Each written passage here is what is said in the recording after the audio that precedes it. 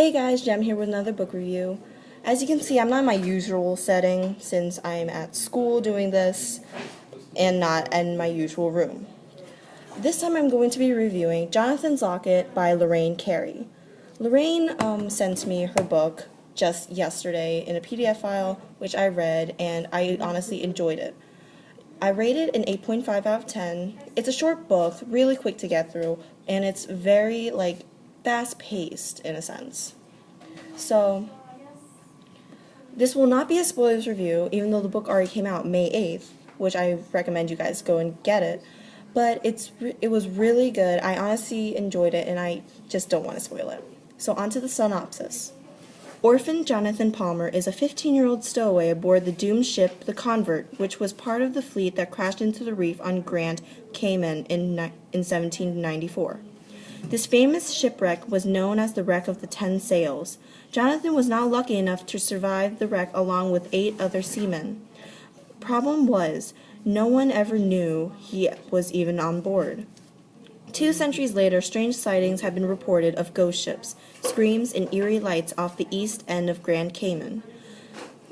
Brandon Wallace, a troubled teen, seems to acquire a strange affliction and begins to have bizarre encounters from the sea where he befriends a mystical sea turtle who holds the secrets to the mysterious sightings as he plunges into the world of the paranormal. Here he is compelled to embark on a dangerous journey, risking his life to uncover the dark secret of Jonathan's death. This task proves to be even more dangerous when one of Brandon's closest friends has other plans for him. And I'll give you the author bio of Lorraine Carey. Lorraine Carey is a veteran children's reading specialist, teacher, and author. She has lived and taught in Ohio, Arizona, New Mexico, California, and Grand Cayman. She has a short memoir published in 2010 called Losing Ground. Lorraine Carey currently resides in Grand Cayman Island with her husband and dog, Maddie.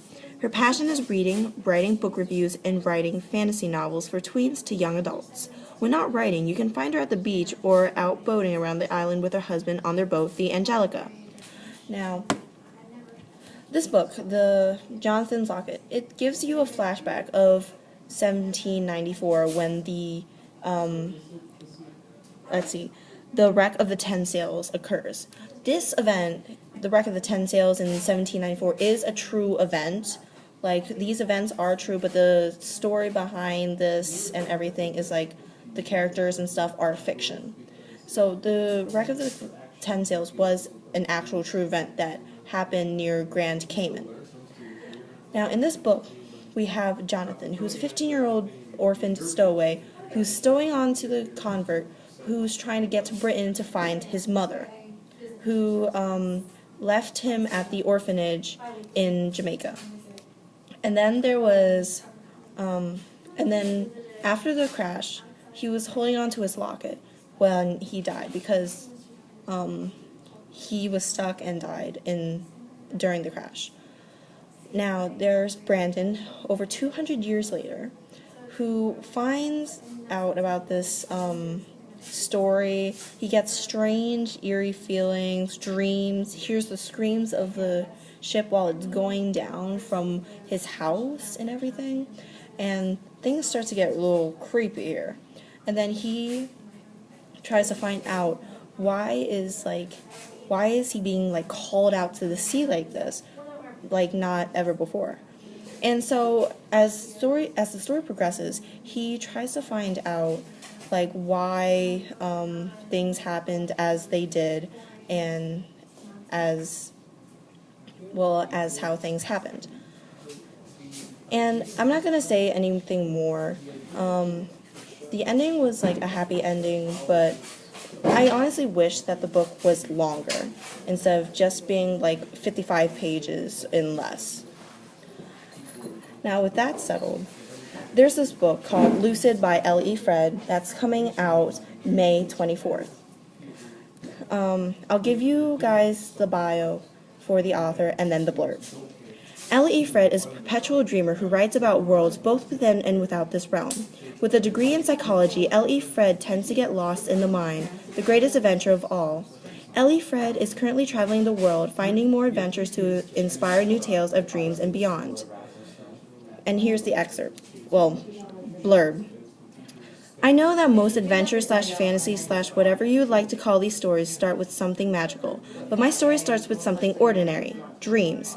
I'm talking about I'm taking a test and don't realize I'm in my underwear kind of dreams. We have them every night, whether we remember them or not. Sometimes they leave us waking up with excitement or inspiration. Sometimes they cause us to wake with a shriek and to look around our rooms. Sometimes they leave us waking up confused or ashamed. These experiences are probably commonplace for most people, but I doubt any of you could ever say your dreams caused you to stay asleep for a long period of time. What if your dreams made you disappear? This book is coming out May 24th. Ellie Fred is currently trying to get me a finalized copy of an arc for the book so I can read and review hopefully before the 24th when it releases. The current book I'm reading now is Imposter by Suzanne Winacker, the first book in the Variants series. So that will be my next review, and I guess I'll see you guys till then. Later!